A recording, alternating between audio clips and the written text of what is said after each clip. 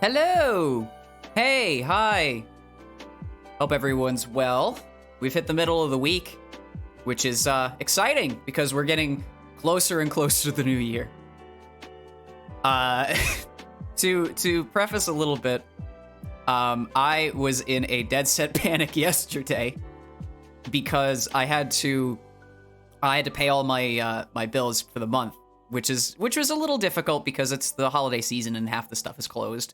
But the store that I usually go to take money out to pay for stuff was not operational, so I had to run around quite a bit to get everything sorted. So that was my deal yesterday. It was not a fun time, but I settled everything, so we're good for the foreseeable month. It's weird how like you get this like heavy weight of stress and it's a physical weight on your shoulders, and then the moment you're done with something, it just actually goes away. Like, you wouldn't think that stress has like physical weight to it, but it actually does. And it's freaky. It really is. But, you know, that's not the topic of the stream today. The topic of the stream today is we are playing Universe Sandbox. Now, Universe Sandbox is very much like a simulation game. It's not super interactive or crazy, like multifaceted or anything like that. But it's not as bare bones as something like Space Engine, where you just fly around and look at objects. It's very you get to throw stuff around, you get to move objects around. It's a really fun time. And the main reason I wanted to do this stream is because I'm a huge space nerd. I love space. I can't get enough of space. I think the concept of space is awesome. And this is like a perfect avenue to nerd out a little bit about space. Because I swear, I'm gonna start just rattling off different things I know about space while I'm doing this. It'll come out. In a weird way, this might end up semi-educational, just because of the amount of basic, like, textbook trivia I know about space. But honestly, that's kind of the fun of it, you know? And also, on top of that, we get to watch objects hit other objects and see stuff explode. And who doesn't like explosions? I know Michael Bay likes explosions. If he could make a movie about space, he definitely would, and it would definitely involve objects crashing into each other. But anyway, we have a game to play, so why don't we switch on over to it?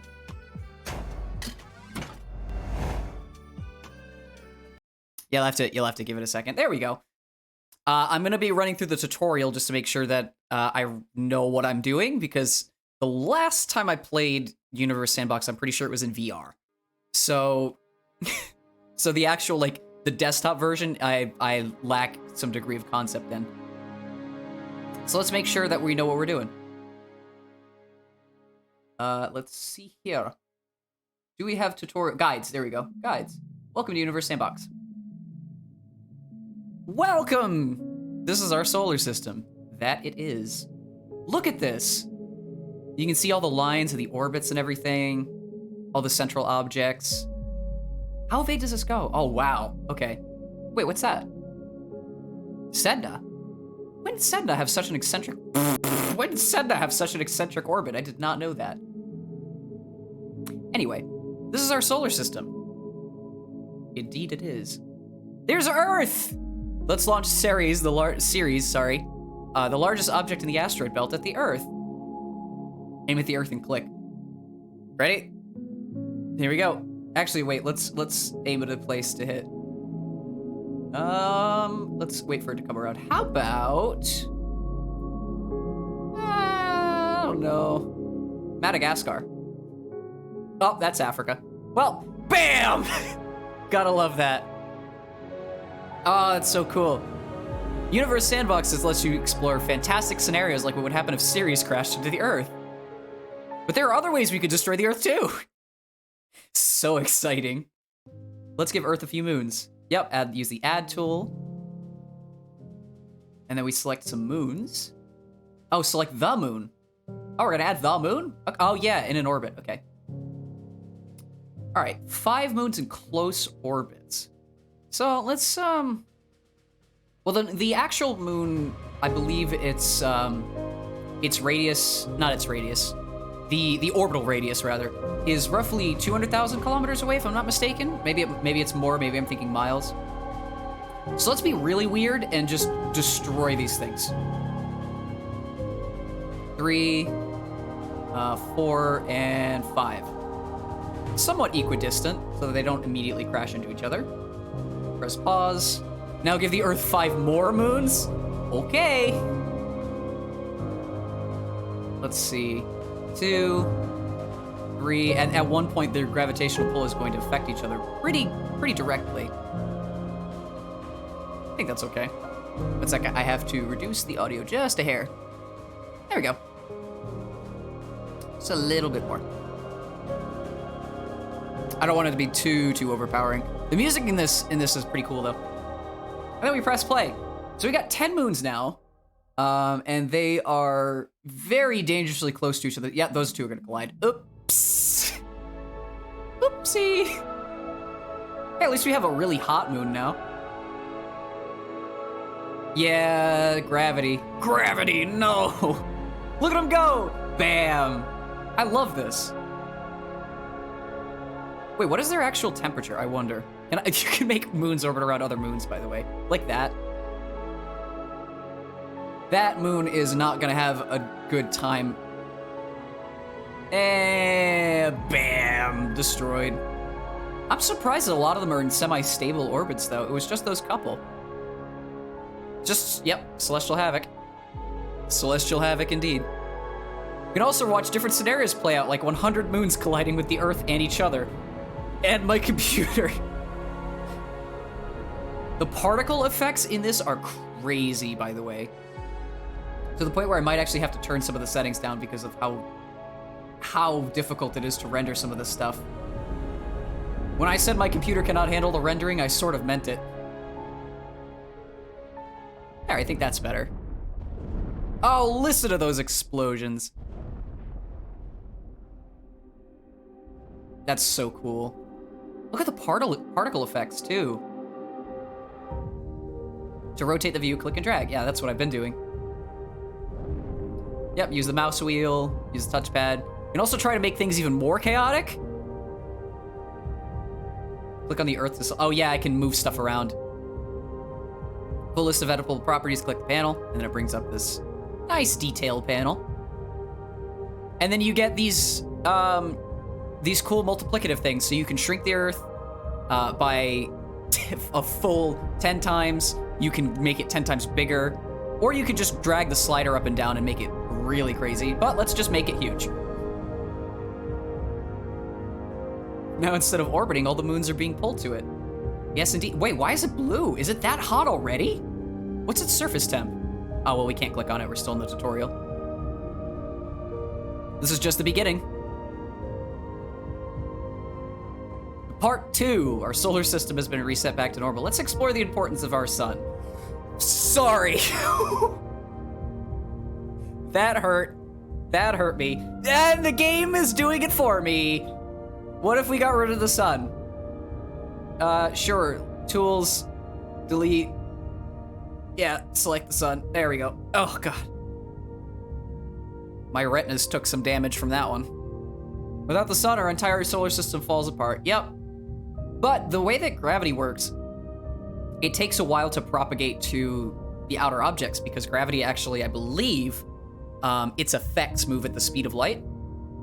So things like Uranus and Neptune take far, far longer to be affected by gravity directly, whereas all the objects in the center, it takes a couple minutes. That's the interesting thing. And Earth starts to get cold, yeah. The interesting thing about that is, if all of a sudden the sun were to just completely vanish, like no more sun, it didn't exist, we actually wouldn't know about it for a solid 8 minutes, because that's how long light from the sun takes to get to the Earth. So what would inevitably happen is the sun would vanish, everything would be completely normal, and then 8 minutes after the sun vanishes, everything would just go dark. And at the same time, Earth would start to fall out of its orbit, because, like I said, the effects of gravity are roughly the same, on the same time scale as the speed of light, because nothing can go faster than the speed of light. And while gravity is technically a force instead of like a moving object per se, it still abides by the laws of physics. So you can't, gravity isn't instantaneous, it takes time in a very strange way, but it does. Told you it'd be weirdly educational with all my random space trivia.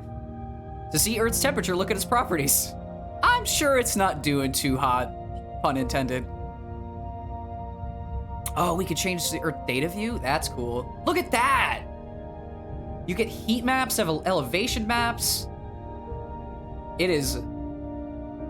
Wait, what is its hottest? Its hottest right now is -50°C, and its coldest is -134 in what looks like Tibet in China. Probably due to its elevation. We can warm the Earth back up with a friendly laser blast. Yeah, sure, why not, right? Aim to click and fire. If I had to take a guess, I'm gonna say it's not like one of those little pen light, 0.5 milliwatt red lasers. This thing is going to roast the Earth the moment we click. Yeah, you see that temperature spike? Right where that spot is? Oh, we have to hold it. Uh-oh. Well, just pay attention to the heat of the planet, right? Right as we hold it. The spot where it hit came up to about 10,000 degrees Celsius, while the rest of the Earth is slowly heating up. Maybe we can fix this by adding another source of gravity and heat. Okay. Tools. Add. Where's stars? Stars. Add the blue supergiant Rigel. Okay. This shouldn't be too bad. Where did Earth go? In what used to be the center? I think this was right here. Give it a shot. 23 times more massive than our sun. So, here's hoping. All the planets are being sucked in. Well, are they? Oh, wait, we can change the time scale, I think. You want unlimited control of the situation, you need to close the sky. All right, well, we'll get there. We'll get there. Are they actually being sucked in? Yeah, you can see the orbit slowly changing. Wait, is everything getting hotter too? Hold on. I would think wow. Look at the asteroid belt, or what's left of it. All that glowing is because of the intense heat from the object. Let's, oh wait, I can't click on that yet. I want to experiment with stuff, but we'll do it later. How's Earth doing? Oh no! It's been microwaved a little bit, just a tad. Someone put the popcorn in the microwave for a little too long, and now it's slightly burnt. So maybe we made some mistakes, you think? And ruined the solar system. That's okay. There's always something to learn for an experiment, even one that ends in disaster. We can always try to create life-sustaining worlds from scratch. Yeah, that's true. You can create and adapt planets to your whims, so let's try terraform. This is cool. We can actually terraform planets if we set up conditions just right. Manipulate the surface of an object, including adding water to it using the planetscaping tool. Use water. It's gonna freeze because I believe it is outside of the Goldilocks zone of the sun, but we can add some water at least. Then we can there's some. It'll take a while to give Mars an ocean at this rate. Yeah. Just a tad. Quadruple the radius of the tool by selecting the 2x multiplier. There we go. And water. Oh, much better. Let's paint this like we're painting an actual object. It's interesting how it actually abides by the elevation. Like it doesn't just splat on like you're in like a paint program. It actually properly goes along with the craters. Now that Mars has some water, let's wait a few years and see what happens. Oh, yeah, no, look, it looks like it's freezing. Yeah, it's freezing. Whoa! Like I said, out of the Goldilocks zone, so therefore, any like proper water would freeze on the surface because it's just far too cold for liquid water to exist. Try to give Mars shorter days so one side of it doesn't get too hot or cold by making it spin faster. Okay. Tools. Force.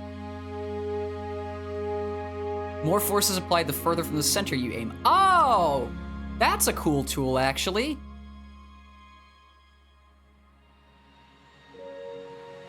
Oh, that's too fast. Yeah, I had a feeling that was gonna happen. Yikes. Well, hey, it'll turn into a nice ring system.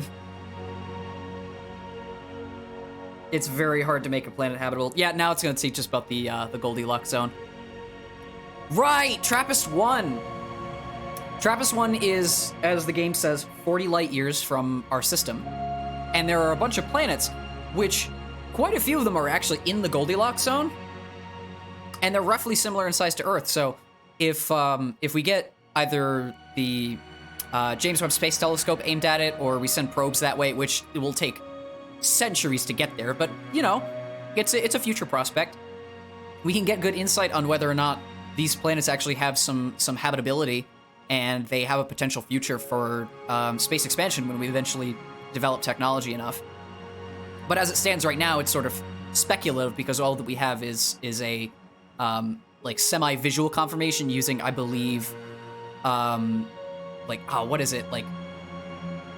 I think it's the fact that as the planets are moving in front of TRAPPIST-1, its light gets dimmer because they're crossing in front of where the light would hit the Earth.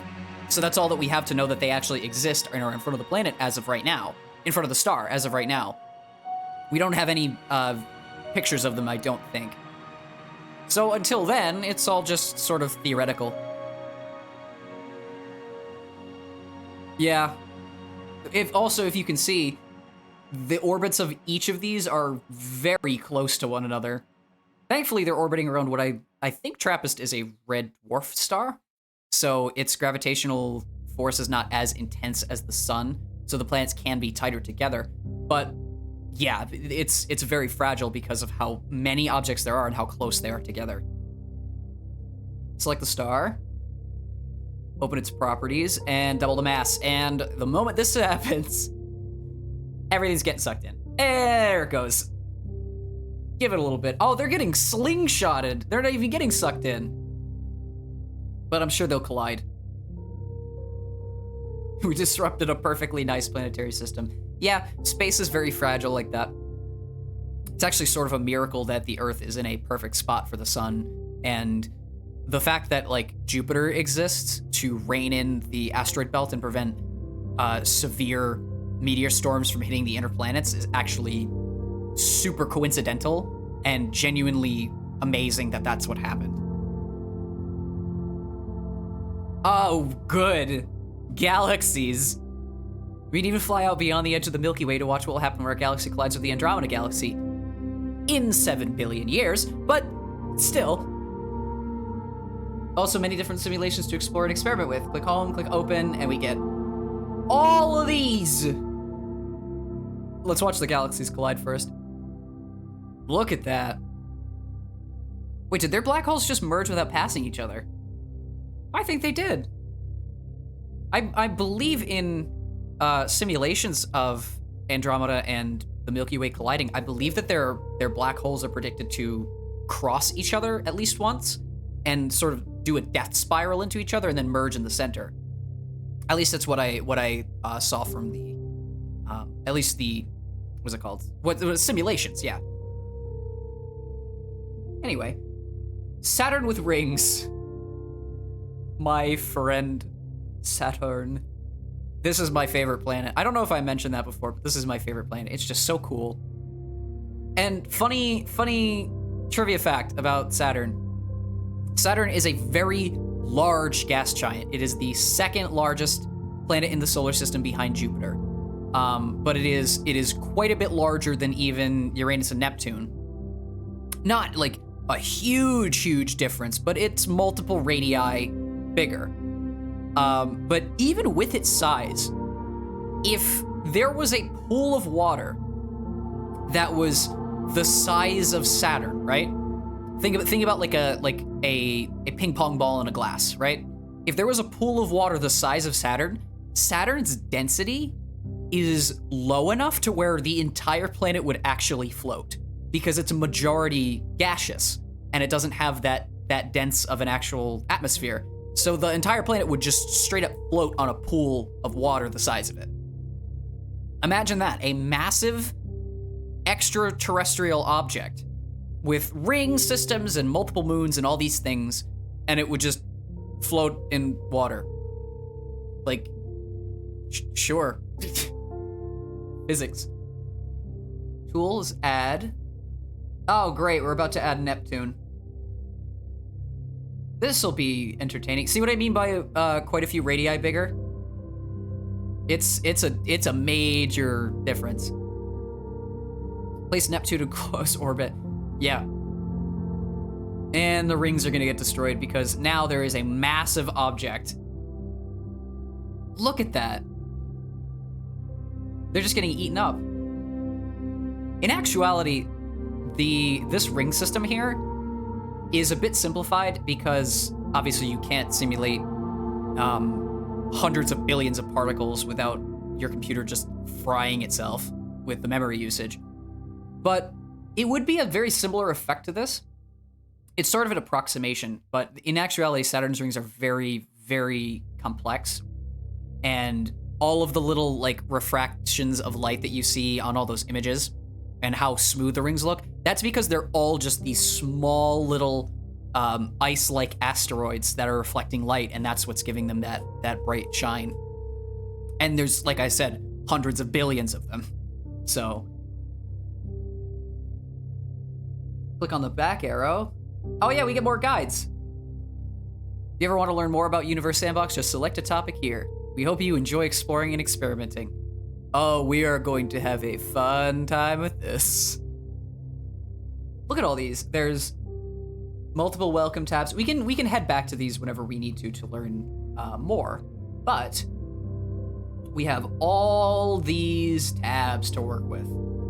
Science, discoveries, constellations. Oh yeah, no, this by the way, on top of the fact that this is a space simulation game, where you can just throw objects at objects and watch things explode and ruin solar systems and all that.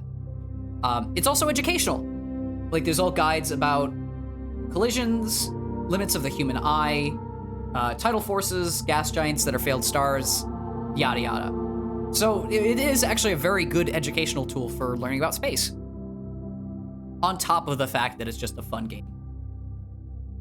So let's look at some of these simulations and mess around. Earth and 50 colliding moons, Saturn and Neptune. Earth and 200 colliding moons. Earth and 75 orbiting moons with upward motion. Collapsing moons. Binary pulsar. That looks awesome. Oh, man! Apologies for people with epilepsy, but that's rough. Yeah, so if you don't know what pulsars are, I wonder if I can zoom in on one. Can I focus it? Or maybe if I right click. Oh, yeah, there we go. Oh no, oh, it's focusing on the, whoa! It exploded. I did not expect that to happen. What the heck? Yeah, that is a cluster of death now. Anyway. So pulsars, yeah, that one exploded too. Jeez. Pulsars are essentially what happens when a star goes supernova. It is actually one of, I believe, 3 different things that happen when a star goes supernova. The first thing is the outer layers get shed off, and the core of the star remains in the form of a white dwarf. That's actually what's going to happen to our sun. It becomes this really tiny, really hot object with very little gravitational influence due to its much lower mass, and it eventually cools down over trillions of years. The second thing that happens is gravity overcomes any sort of repulsory forces that the atoms in the core of the star have, and it collapses into an infinitesimally small point called a black hole. If you know anything about science, you know that scientists love black holes just for the fact that they're super cool, super exotic, and harbingers of death. And they last for a very, very, very, very, very, very, very long time. The third thing that can happen is in between the two, instead of blowing all the layers off, turning into a white dwarf, or collapsing under its own weight and turning into a black hole, what ends up happening is the object like semi-collapses, but it can't quite overcome the strong gravitational force, I believe, or it's either the weak or the strong gravitational force. And all of the atoms get compressed together until it's this like shell of neutron and neutron matter, and you get a very, very, very, very, very, very, very, very dense object that rotates extremely fast, and it's a pulsar, which are these very fast-moving objects that just exploded. Those bursts out the end, I believe, are gamma ray bursts, which are extremely dangerous. And if any were caught like in eye shot of the in eye shot of the Earth, it would be a real bad day for us. In like at a very far distance away, it would have to be exact angle, but it would be a horrible experience for people on Earth. And by horrible experience, I mean I'm pretty sure the ozone layer would get blown away and everything would roast. But, you know, it's the semantics. So yeah, pulsars are really cool and also extremely terrifying. Near and bright stars, Indian constellations, Arabic constellations. Oh yeah, these are all the core stuff. Bombardment of the moon? Sure. Oh, are these like... Oh, yeah, so we get to watch the moon get smashed. That shockwave. That's cool. Oh, is that a ball of water? Oh, it was a ball of water. Look at that. It's just getting pummeled. After a certain period of time, yeah, the surface would just heat up so immensely that it would start to glow. It almost is similar to the formation of Earth in a way.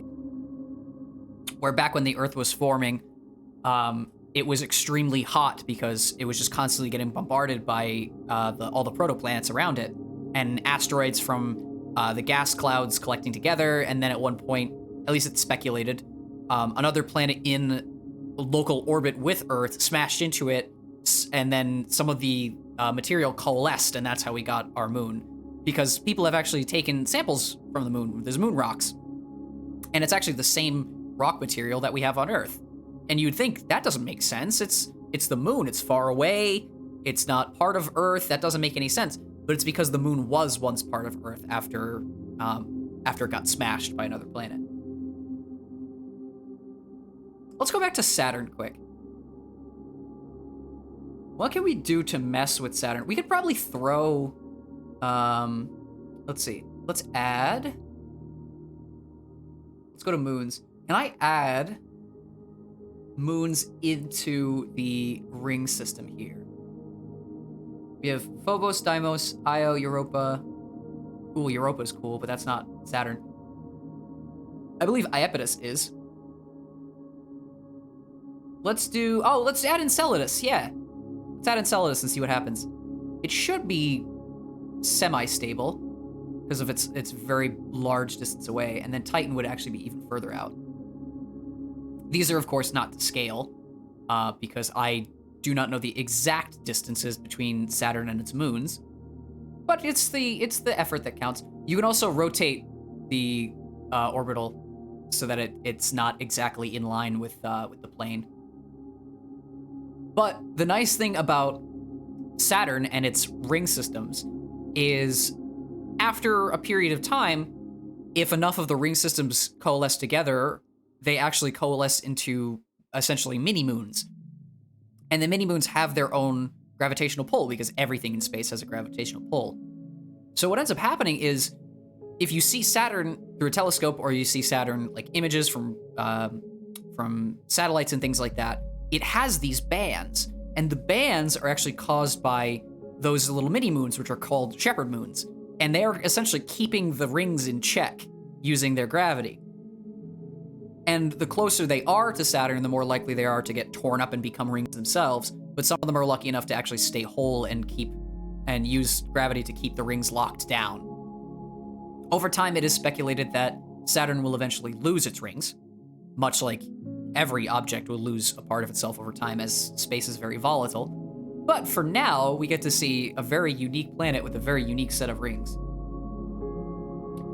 And speaking of a very unique planet with a very unique set of rings, let's make it not so cozy anymore by throwing...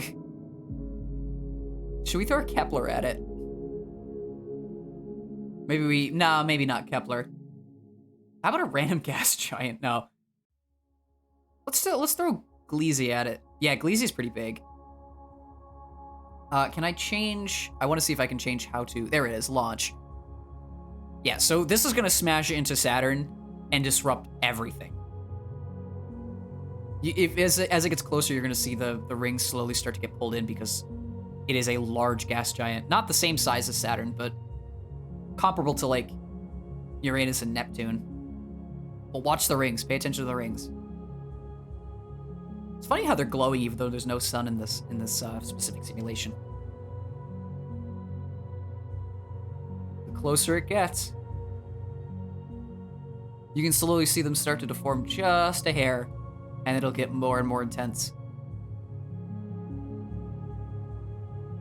Oh, oopsie. Well, that one's gonna have a fun time. Here it goes.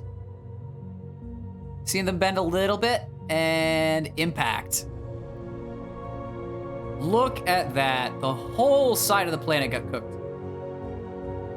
And the small little gravitational warping that was caused by Gliese is now fully disrupting the rings. They are screwed. That orbit is never coming back.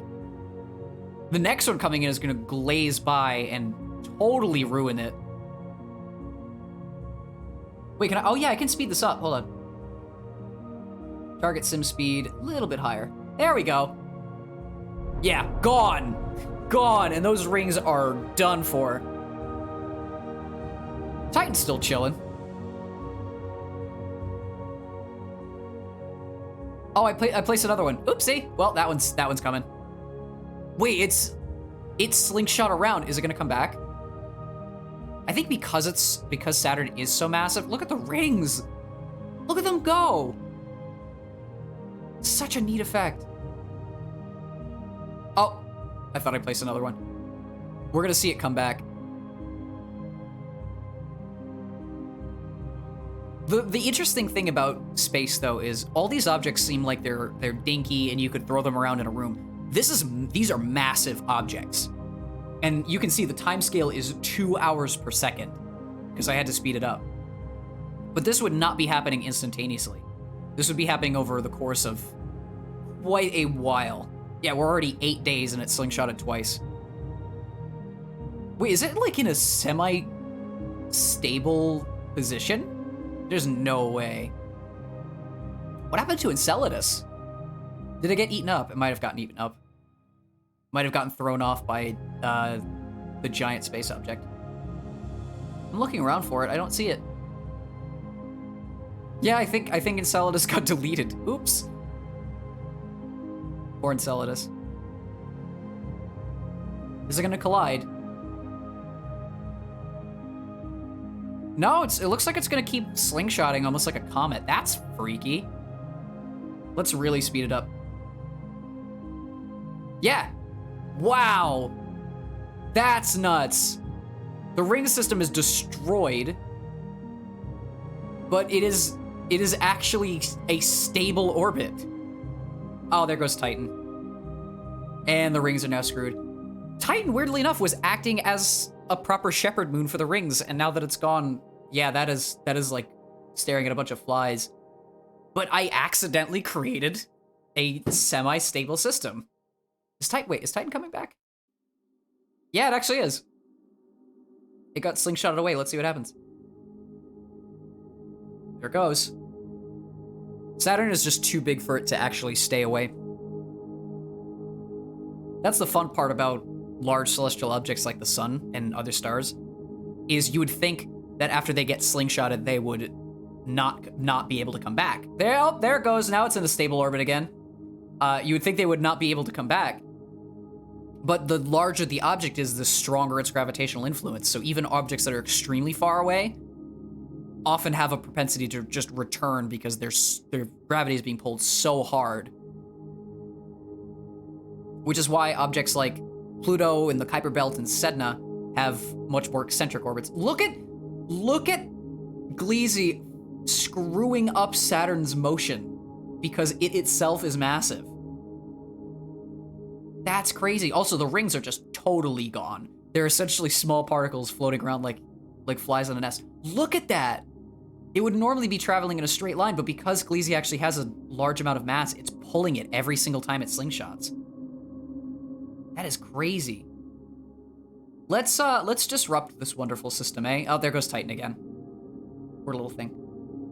Let's throw Jupiter in and really start to destroy everything. Wait, can I make this a binary? I could try. It would probably break everything, but if we throw Jupiter, everything's gonna just collapse. Bam. Yep, there it goes. Whoa! I think everything got slingshotted away. Yeah. And Jupiter's fine. Let's slow it down. Yeah, Jupiter's just fine. I'm gonna make a binary out of this. I wanna see if I can make a binary out of this. They should be orbiting each other. At least to a degree. Let's see. Right now it's in a straight line, so let's see what happens when Jupiter and Jupiter orbit each other. Is it actually? Actually, let's look at its statistics. 10.9 times the radius of the Earth, 1.32 times, yeah, because it just absorbed Saturn into itself. Its speed is changing slowly because of the influence. It's also completely wobbly. That impact did it no favors. Also, weirdly enough, I don't know if that's just the texturing or not. Ugh, that's slightly nauseating. The Great Red Spot isn't as red as I would think it would be. Yeah, let's speed it back up. Yeah, no, they are in a binary system. Look at that. The one straight orbit is now warping around the other Jupiter. That's cool. Can I add... Let's see if I can add some more objects into the system to really start screwing stuff. Oh yeah, there's also normal human-sized objects that will do absolutely nothing. So let's go for... Where's the Utah Teapot? I think it'd be the first thing, right? There it is, the Utah Teapot. So you could put this in orbit with the objects, for sure, but you cannot see it because it's impossibly small. It's in orbit. It's there. See if I can focus on it. Oh, that's still Jupiter. Hold on. If I double click, let me slow the simulation down so I can properly click on this thing. There we go. So you can see just how small it is. So there's the Utah teapot, right? Now, there's the Jupiter it's orbiting. Once light comes around, you'll see just how big it is. There you go. Yeah, that's not scary at all.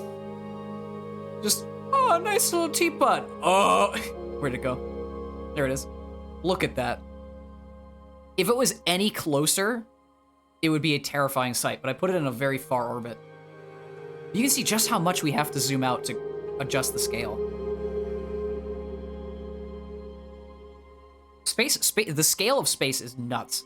You ever seen those old YouTube videos where they do different objects, like scaling up slowly? There's very little, what is it called? There's very little perspective as you get larger and larger and larger.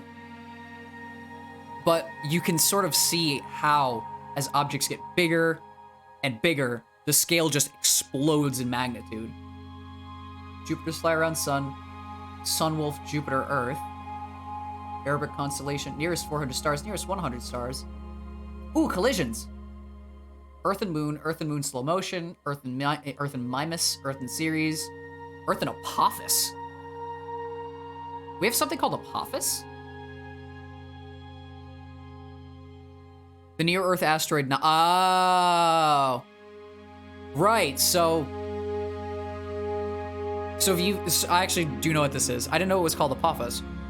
So back around, like, doomsday times, like 2012 and before then, scientists had found this asteroid, 99942 Apophis, which does have an intersection with Earth at one point in the year 2029.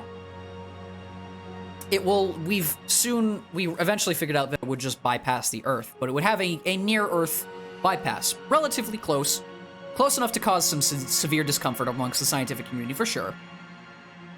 But it's not going to impact Earth like we thought. And people had speculated that it would bypass and come back in 2036, but it's not going to do that either. But back like early 2000s era, it was essentially the next doomsday prediction. After the Mayan calendar and Harold Camping and all those doomsday predictions, it's like the Earth's gonna end and the reckoning will come and blah blah blah blah blah. This was another one, but science moved on and people figured out that it wasn't actually gonna hit. What is gonna hit is if we add a nice tiny little Europa, right? Just a nice stationary orbit around. Nothing happening too bad. And then let's shoot Titania at it and see what happens. Oh dear. That grazed the surface. Man, Earth's got a bit of acne. Maybe it should get some medication for that. Europa don't care. Europa don't give a shit. Let's see what the surface temp is like. Ooh, not good. Not good. 3,500 C. That is not a good time. Let's switch to Kelvin. Where did it hit even? Oh, it looks like it hit the Atlantic Ocean. Yeah. Yeah, not a good day. Not a good day for Earth. It is cooking now. It is absolutely cooking. Phew. Well, say bye-bye to fishing in the Atlantic, because I think everything just got cooked. Oh, there was also an ice thickness panel. No way. Let's see what else we have in our simulation setup. Random small moon, random moon, comets. Oh, great. Yeah, that won't break the simulation at all. Sagittarius A star. This will also break the simulation. My objects, rings. Oh yeah, I think you can add custom objects, which is really cool. I think it's 3D models. Gas giants, planets, stars. There's so much. There are so many things that you can just throw and say, you know what, this is gonna break everything. Mars and Sedna, Earth and Apophis, Moon and Mimas, Earth and Sirius offset collision. Wolf 359. Oh, this is the red, I believe the red dwarf star. Oh wait, yeah. That was a bit fast. Did anyone even see that? Let's do it again. Let's go to planets. Where's Earth? Hello. And we'll add launch straight in. Now we can see it. Actually, let's slow it down just a hair. And then double click Earth so we can see what it's doing. By this point, it would have already, all the layers would have blown off. The side of Earth facing the star is absolutely roasted. It actually is not bad. It's 26.3 C.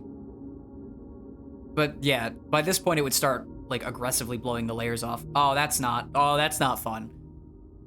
Oh dear. Goodbye, Earth. How we hardly do ye. Oh, there it goes.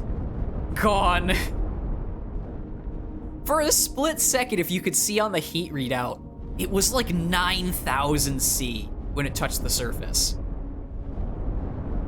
Look at all the particulates. Also, what is happening to Wolf? Did the temperature exceed? Oh, wow, 10,000 K. Wow, wow, wow, wow, wow. Wow, it heated up really fast. That's nuts. Oh, it has a composition? Oh, cool. So this is actually so much deeper than it used to be. Fly to the selected object. Okay, let's look at some more proper systems. Yeah, here we go. Small system, we're in a planetary system with gas giants, Earth and 75 orbiting moons. Let's see. Earth and 50 small close moons, Earth solar system, Jupiter solar system. Let's do small system. Let's see what this looks like. 20 small bodies are randomly placed in orbit around the nearby red dwarf star Proxima Centauri. Oh, nice, cute. And 2 have already collided. Another 2. What were you? Did you have a name? Wait, come back. No, wait, come back. Slow this down some. It did. Taskery. 1.79 times the mass of the Earth with a 1.26 times. So it's denser and bigger. Yeah, these... You would think that they would be at least somewhat stable, but I think there are too many in too tight of an area. Let's see. Pulse fireworks.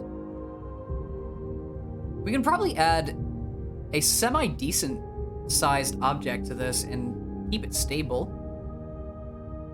Yeah, definitely. So if I add this on the outside to sort of keep everything in check, and then I can add a bunch of Mercuries into the center and watch them collide with each other.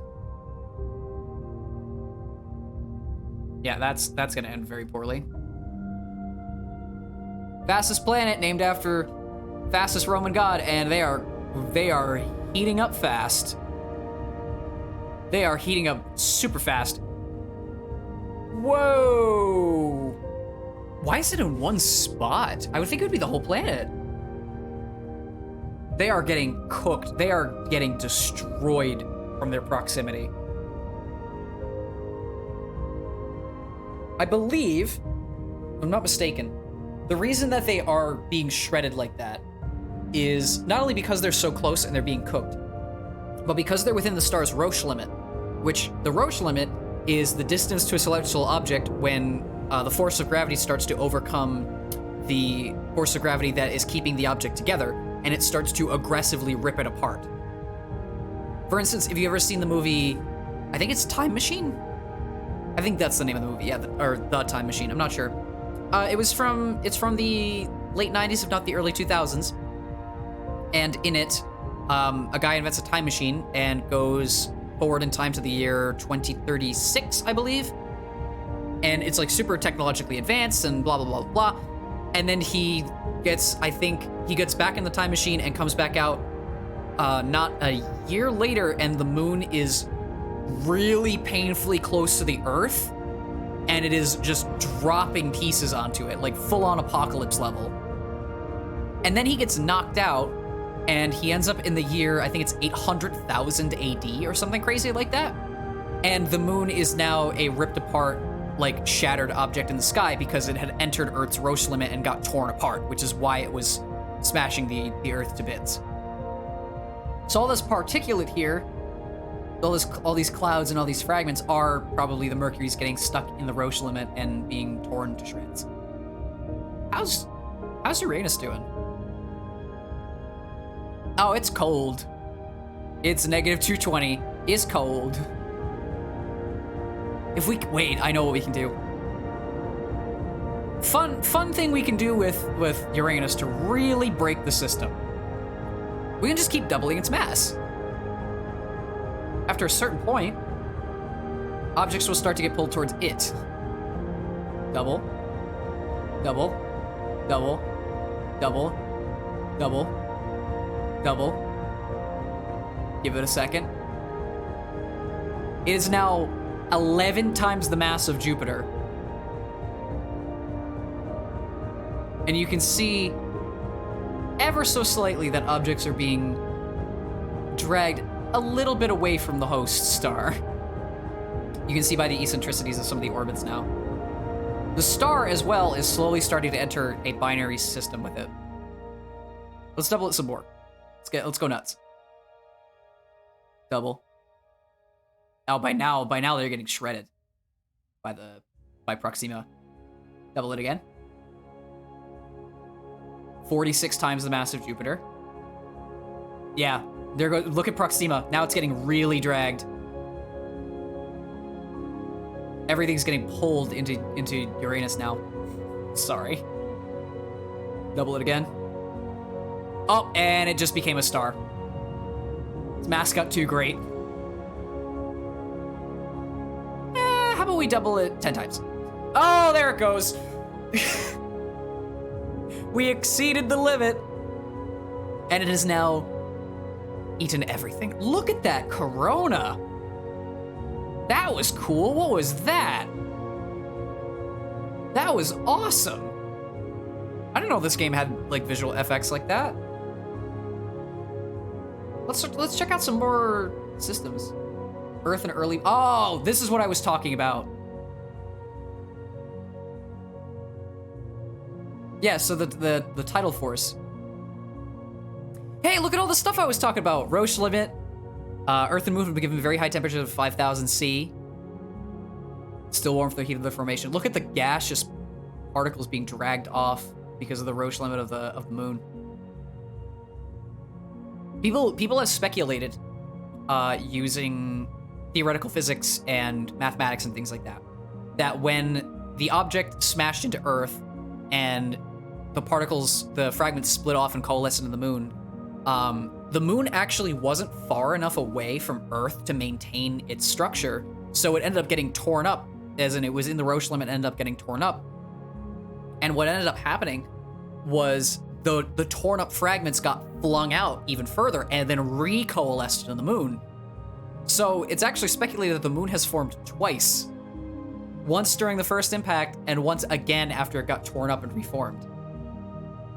Which is, quite interesting. You wouldn't think that would have happened, but science be crazy. Let's throw some objects into the mix to try to disrupt the system some. Also, just to give you a sense of scale, that Sagittarius A star, it's a little big. It would completely envelop this entire system here. And it would probably envelop most of the solar system with how big Sagittarius A star is. And to give you a sense of scale, this is a black hole with one solar mass. Do you see how small that is? This is the Earth, mind you. This is a black hole with one solar mass. So, the sun, right? The sun is big as hell. This is the same mass. The same mass as the sun. And it looks like that. It looks like this. If we go up a little bit, that's 100 solar masses. That's 10,000 solar masses. You can see just how much bigger the scale can get. Also, look at the light warping. That's cool. 10 million solar masses. And then Sagittarius A star. Yeah, nuts. Absolutely nuts. Planet volatile test, asteroid volatile test, 42 Earths per orbit. Earth at 1000 C, Earth at 2500. Oh! Wait, Earth at 1,000,000 degrees Celsius? Oh, oh. Oh. Yeah. Yeah. That makes sense. After a certain point, objects get far too hot to maintain any source of any sort of like solid. So they just explode out into space. It's like when you microwave ivory soap, except if the soap was explosive. It would just vaporize instantly. Oh, there's some constellations too. We can look at these. Siberian, Western, Norse constellations. Oh, that's cool. Constellations are fun because all societies have a different way of looking at the stars. And depending on the culture, they have different names for the same sets of stars. The sky, weirdly enough, is very static because space on small timescales in the life of a human being doesn't really move all that much. Like, yes, we orbit the sun every year, but other than that, like, all of the outer planets take much longer to orbit the sun. Like, Pluto rotates so infrequently that you barely even pay attention. And all of these stars that we see are so monstrously far away from Earth that while they are moving through space, and they are moving through space at high velocity, according to our perspective, they look like they're just completely static.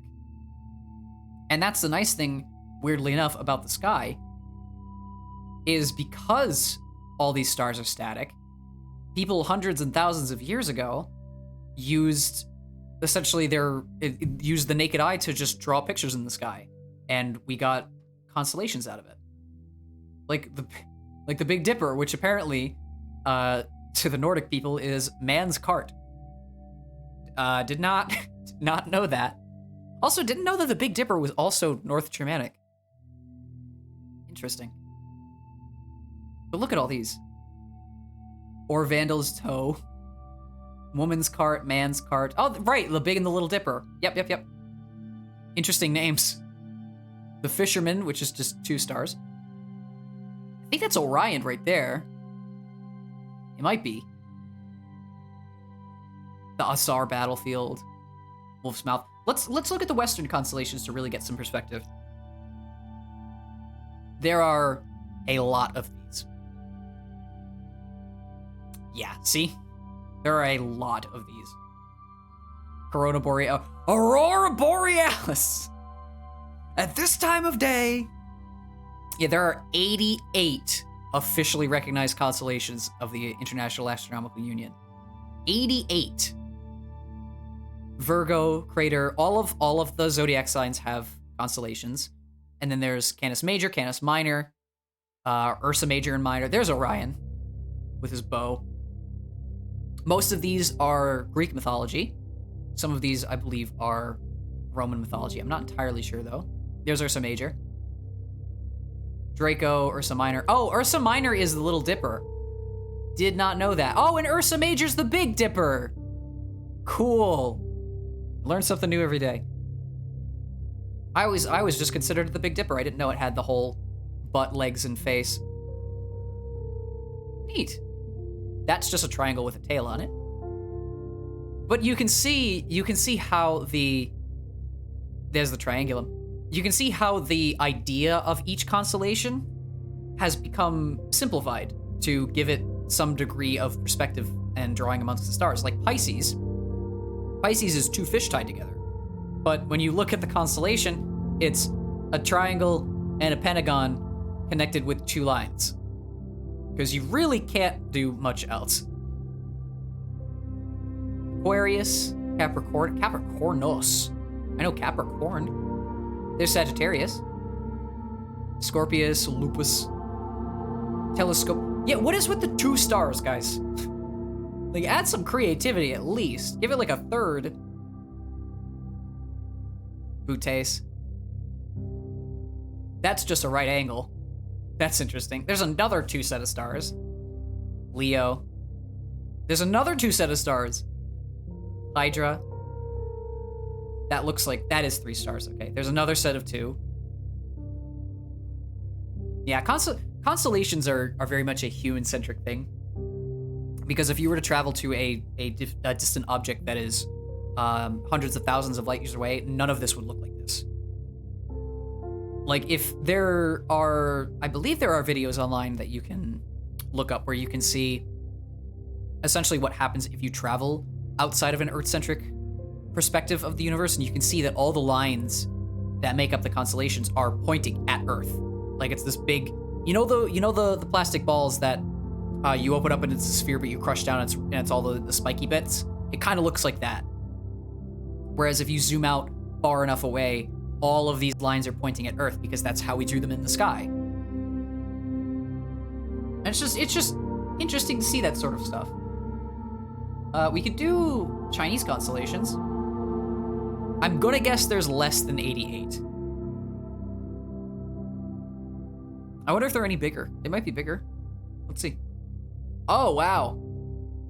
318! I stand corrected. 318. Look at these. These are much simpler. Little Dipper, goldfish. There's a lot of twos. Snake's tail, peafowl. A lot of them look like just standard animals. Some of them from Chinese mythology, I would assume. You know, municipal office? That's a constellation? Municipal office? Office of Religious Ceremonies, Patriarchal Clan, Butcher Shops, Textile Ruler, Left Flag, Drum at the River. Let's see if there are any proper pictures. Official Royal Archives, Field Protocol, Hidden Virtue. Hidden Virtue. That's fun. Zhuanyan. I don't even know if I pronounced that correctly. I cannot pronounce Chinese to save my life. 3 stars. They're a lot smaller than the Western constellations for sure. That one just says hairy head. Bond, legs. Heap of corpses. Great, good job. Guest house. What does that say? Canopy of the Emperor. That's cool. I think it's sort of an unspoken rule with Western constellations that you don't draw multiple spokes coming out of one line like this. But it creates a really cool, like, firework almost effect. So I wonder why we don't do it more. Chief Judge looks like 1 star. It really is 1 star.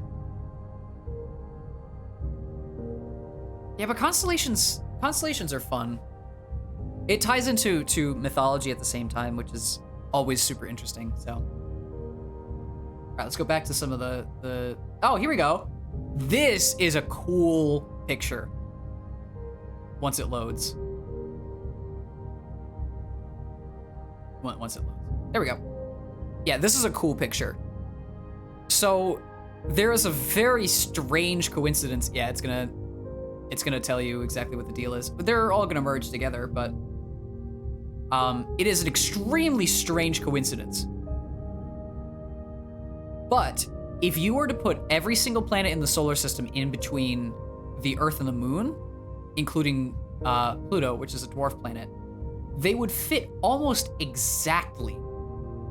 All these gaps in between would actually be filled by Pluto's radius. But it is scary how close everything is.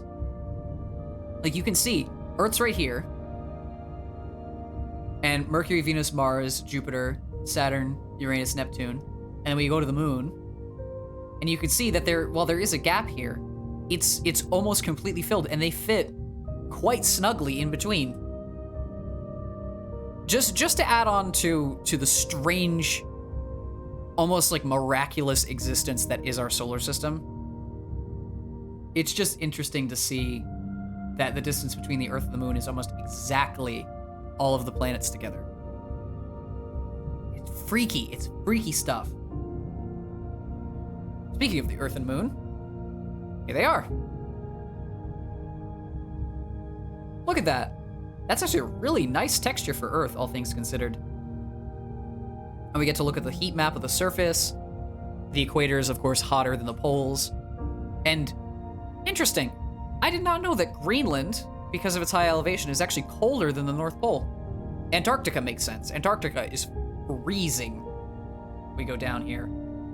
Well, you can't really see it because of the angle of the sun, but regardless. I believe it is actually on its proper axial tilt. Yeah, I think it's 22 degrees off center. Yeah, and that's where I'm living right now. So, we have a very stable situation here with, I believe, to scale Earth and the Moon with a proper distance between them. Let's actually, really quickly, see if we can add an object and see how far away they are. So that's about 300,000 kilometers. And it's about another 100, so it's about 400,000 kilometers. I was off a bit. I was off by a factor of about a quarter. But still, that is a that was a pretty solid estimate. I think I was thinking in miles. I prefer kilometers in this case because it's easier to work with metric when we're talking space, because space is on such a massive scale that everything being divisible by 10 is just easier. But if you notice, the moon is actually in an elliptical orbit. The Earth is not directly in the center of its orbit. I think it might actually be technically at one of the foci of the ellipse here. If you're not sure what I just said, a foci, or focus, singular, is one of the points of an ellipse where you actually can properly draw one. So every ellipse has two foci that are equidistant from what would technically be the center of mass of the object. And if you put, let's say, two thumbtacks in a piece of paper, and you tie a string around both, and then you put a pencil, you can draw the exact ellipse that would be created using the two foci.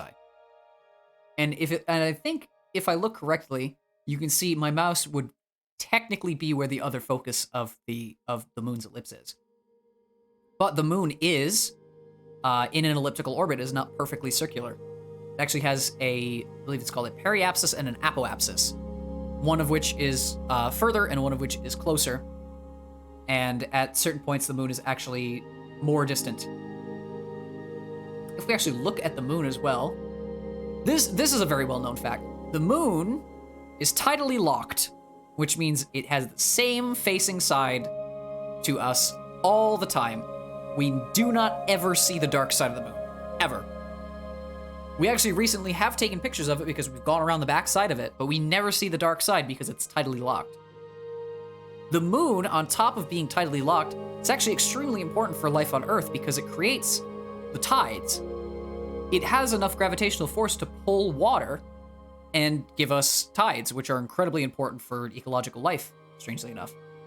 It really is, in a very, very coincidental way, a perfect system for life. Because we're in the perfect distance from the sun. We have the moon to not only control tidal forces and also gravitationally keep everything in check, but we're also just perfectly set up to develop life because of all these factors combined together. And on top of that, the moon is at a perfect distance where if it crosses in between the sun, we get eclipses. So just another thing that makes absolutely no sense but is awesome. There's so much coincidental stuff when it comes to the Earth. We're very, very lucky to be in a position that we are. Also, what is happening? Oh, surface look. That's freaky. Oh, it gets rid of the atmosphere? There's Hawaii. You can see the ice layer. I believe is that Siberia? Looks like Siberia. Oh no, that's the North Pole. Yeah, but this up here is Siberia. It's actually really cool to see the proper texture work that's done on this. Look at that. It's a bit low res when you're this zoomed up, but if it was perfectly high res, I'm sure it would create a severe problem with the simulation. Like, it would be almost impossible to properly do stuff. I didn't mean to click, but we're here now. So let's watch the... let's watch this massive laser produce a huge amount of heat. Let's actually speed it up to watch it go across.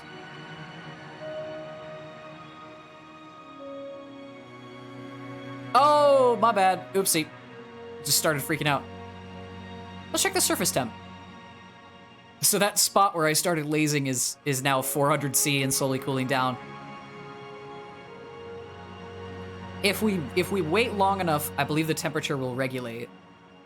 Yeah, the temperature's starting to regulate. And because of where I put the laser and how much energy I put in, yeah, you can see the Earth is rapidly cooling down because I screwed with the equilibrium of the temperature. Yeah, that's a frost ball now. You'd think that shooting the Earth with that much radiation would cause it to heat up, but what I did, I'm pretty sure, is just destroy the outer layers.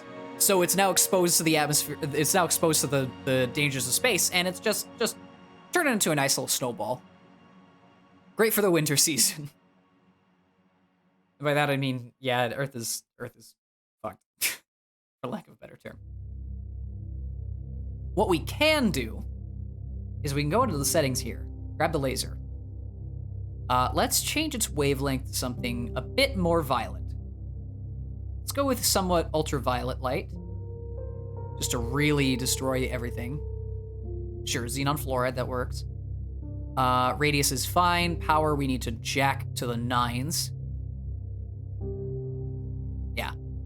The moment this crosses the Earth is going to explode, by the way. Let's change this radius to... Oh yeah, let's lock power and reduce this down greatly.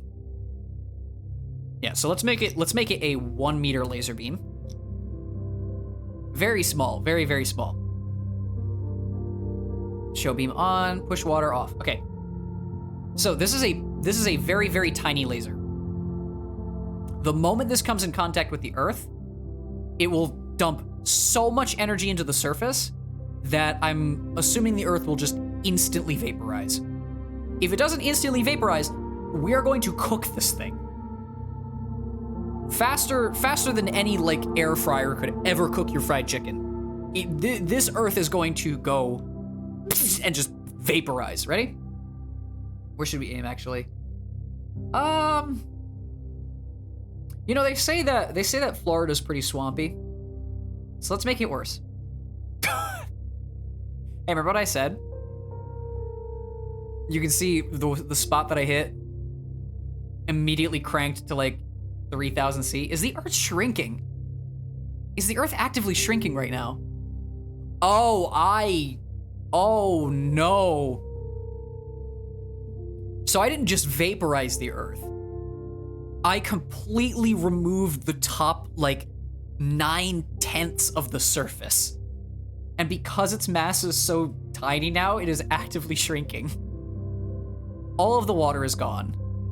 The entire planet is pretty much roasted. And you know what? To add insult to injury, let's shoot it again.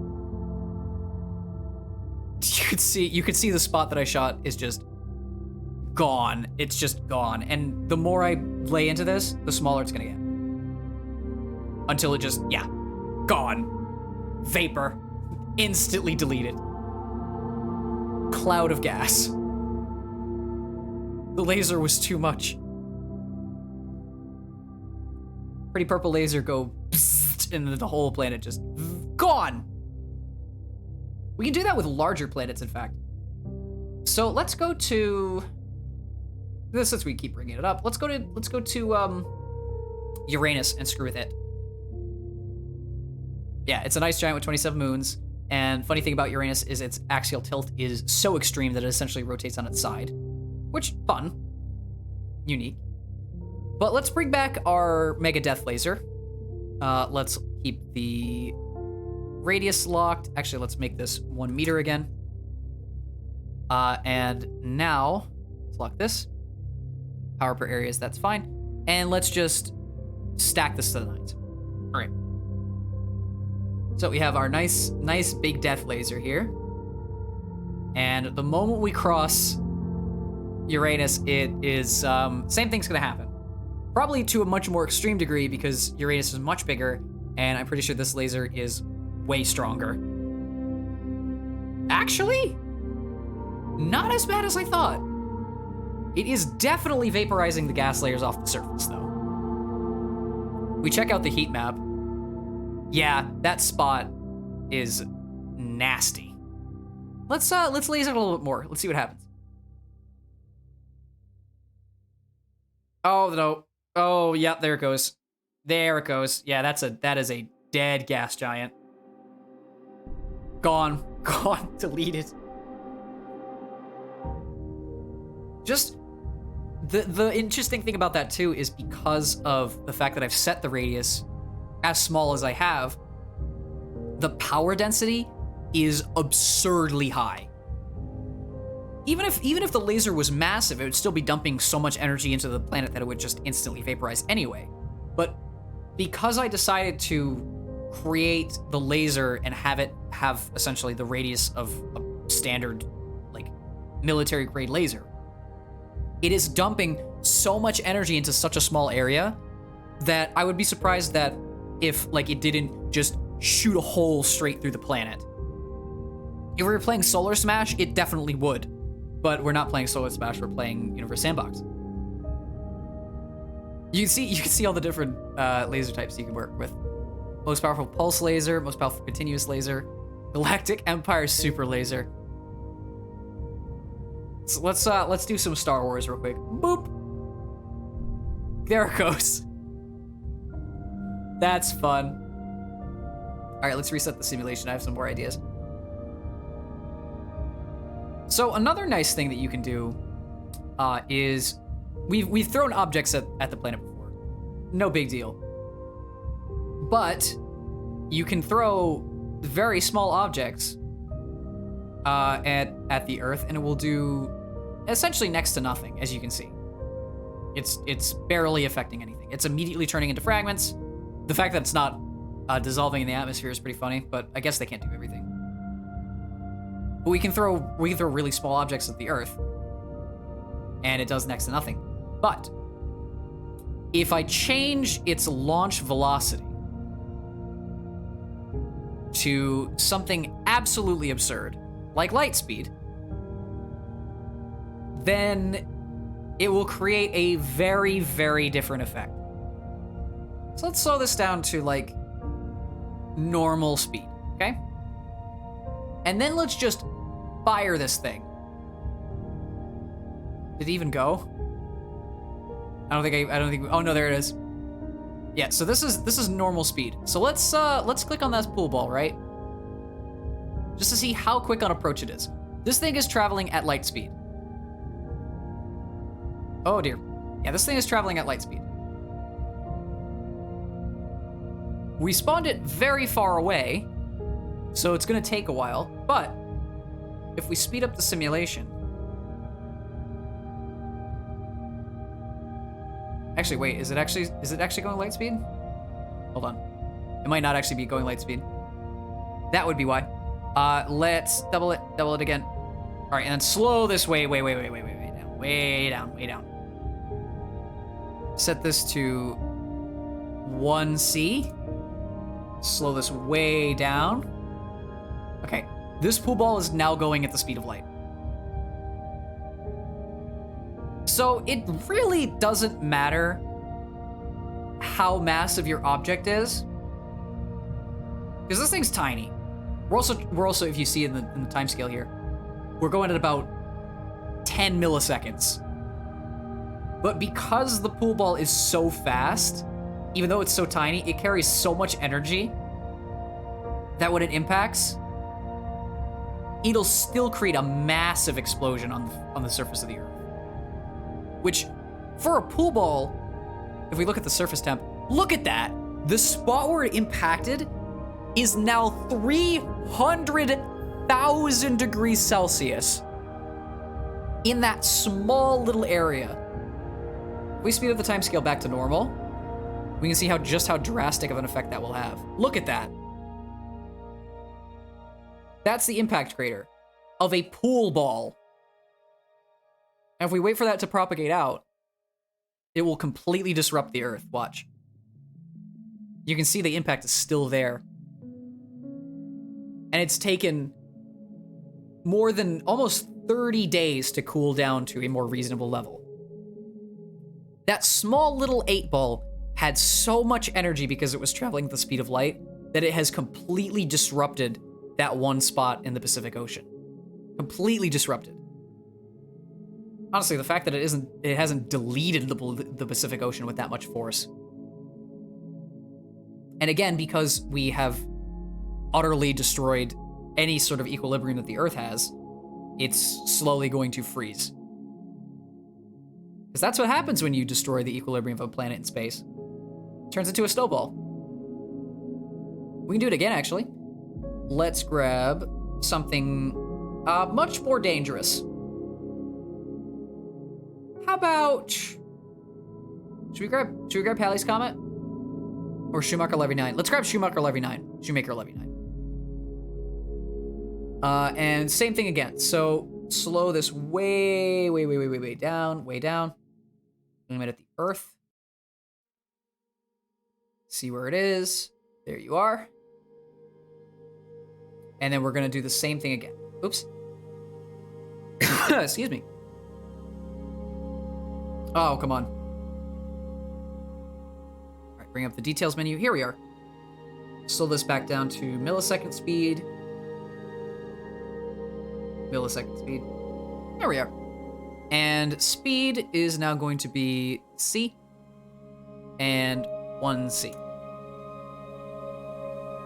Double click to focus. Zoom in. All right, this is a much larger object. Now, mind you, the Earth is still very frozen. So if this doesn't just immediately delete the Earth, it is going to roast it. Let's take a gander and watch what happens. Up. Up. Slow it way down. Let's watch the impact from... Can I do it from Earth's surface, maybe? No, I don't think I can. I can do it from the comet, though. Yeah, let's watch it smash into Earth at a nice angle.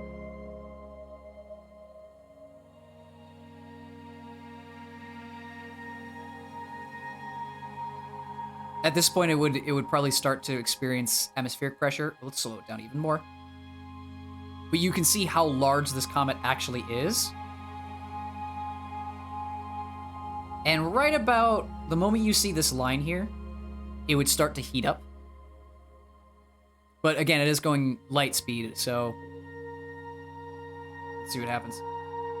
So now we're through the cloud layer. And impact. This is at barely any speed. When something goes this color of blue or purple, that means it is infinitesimally hot. Yeah. So that little dot right there, that's where it impacted. It is still having to render how much heat that is. That's how aggressive light speed is. Yeah, my program is locked up right now because of that. When I made that post on Twitter about my computer not being able to handle the rendering, yeah, this is what I meant. This is what I meant. We're still barely even in the millisecond range. We are in microseconds right now. Oh my gosh. Yeah, that was me zooming out from like a couple seconds ago. All right, let's speed up everything. There it goes. Look at that. All that purple is extreme heat. Let's go to the surface temp. Yeah, 500,000 C on impact. We're still only about 2 milliseconds per second. If we go back up to normal speed, yeah, the Earth is dead. If the Earth ever had life after being smashed with a pool ball, it is now very dead. We bring it up to max speed. You can see it defrosts in that one spot, and then immediately freezes again. But yeah, the spot where it hit is just permanently dead. It will never experience life again. It is just deceased. Everything is just deceased. So yeah, you could fire objects at light speed, and they have so much energy that it breaks computers. So what we can do though is we can just delete the Earth and also the moon, because get out of here. And let's get big. Let's do some big stuff. There's also simulation tools, so we can adjust gravity, different simulation effects, all those things. But let's get big. So let's add a black hole at 10,000 solar masses. Right here. I think that's fair. It is currently impossible to see because, you know, it's a black hole. It's part of the name. But if we add a star, how big is Rigel? Oh, Rigel's big. Okay. How about Pollux? Pollux is smaller. We add Pollux in orbit around the black hole at a good distance. Yeah. Oh, that's okay. Simulation is a little too fast. Simulation is a little too fast. All right, so let me restart that. Earth and Moon. You get what I'm trying to do though. Get rid of this. Get rid of you. Let's go to tools. All right. So back to where we were. So we go to black holes. We add the 10K solar mass right here. Go to stars. Let's slow this way down. Grab. We could also do Barnard Star. Barnard Star's big though. Yeah, let's do Pollux again. Pollux was okay. Oh wait, did I add the star? No, I didn't. Thought I did. Back at point. Maybe actually 0.2 AU. Roughly 0.2 AU. And now, the mass of Pollux is 2 times that of the sun. This black hole is 10,000 times the mass of the sun. And you can already see it happening. So if we focus on Pollux, do you see that smoke coming off of the star? That is the black hole ripping the outer layers off of the star. And what eventually will happen is the closer they get to black hole, the more they're pulled in, because black holes have essentially infinite gravity at their center, at their singularity. And the closer they get, the faster they'll orbit around, so they'll continue to retain heat from the star, and they'll actually heat up as it goes. So the faster they go, and the closer they get to the center. Oops. Yeah, there it goes. It just shattered. But you can see what's happening. All of the layers of the star are coalescing around the black hole and creating an accretion disk. And accretion disks are actually how we see most black holes, because they are as bright as stars sometimes. We technically cannot directly see black holes because obviously they're invisible, but we did take a picture of, what was it, Messier 83? I think it was a big phenomenon on the internet. If you look at Messier 83, it's essentially a really blurry picture of a black dot with a bunch of red surrounding it, but it is actually a black hole, which confirmed a ton of scientific theories. Anyway, that's how we see black holes, is this accretion disk here. And the bigger the black hole is, and the faster it's spinning, the brighter that accretion disk is. And pretty much all black holes technically have accretion disks, unless they are completely isolated and free from any nebulae or gaseous substances. So you can see them. They're very, very, very visible. It's just at the center you can't. It's a very interesting effect for sure. And you can see the fragments are slowly dissolving as well, turning into just essentially a gaseous ring around. We can also do something else with this. Let's get rid of this and get rid of Pox. We can do, if I can get it right. I don't want to add that.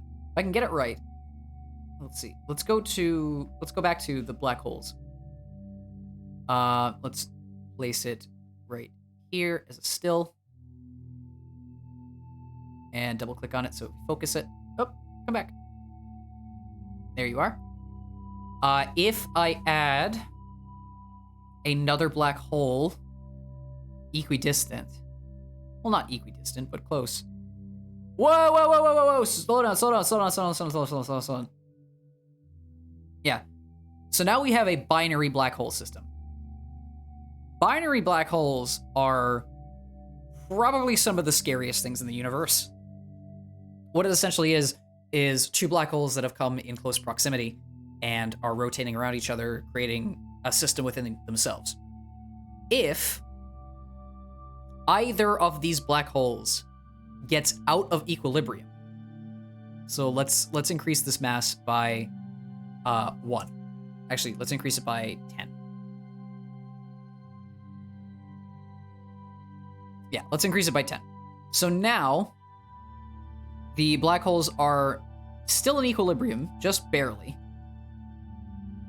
If I actually keep cranking this up ever so slightly, let's see if I can. Eventually what will happen is the binary system that's created will slowly start to decay, because one is gaining more mass. And if everything goes correctly, they should merge together. I'm just cranking it at this point. You can see the orbit of the small one has changed. Actually, let's add mass to the small one too. I want these to collide because the collision of two black holes is kind of insane. Every single time that they move around each other, by the way, they're creating gravitational waves that can be felt for hundreds of millions of kilometers, if not hundreds of light years. Yeah, let's add mass to this one too. After a certain point, yeah, now they're starting to get really pulled. You can see the future orbit.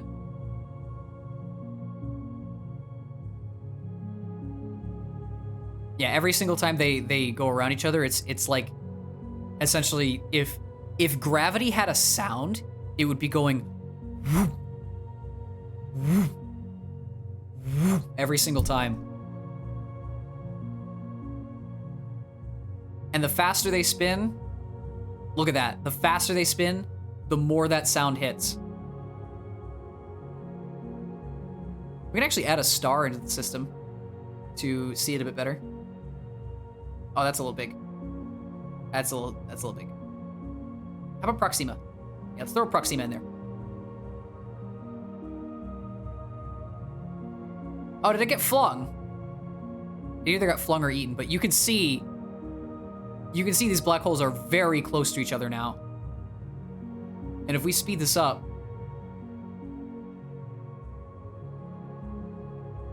oh wow, they're actually stable. Weird. All right, let's continue cranking the mass then. I'm surprised at how stable the system is.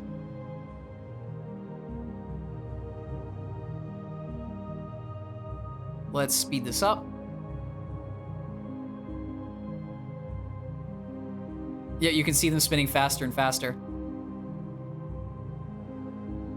And the moment they collide, it's a serious event. Keep going.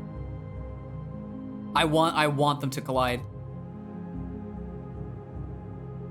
Just nudging. Oh, there it goes. Now, that was pretty calm actually, all things considered.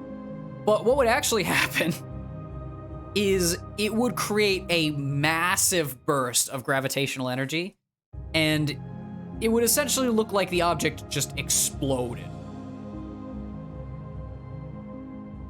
Like, let's get some perspective, eh?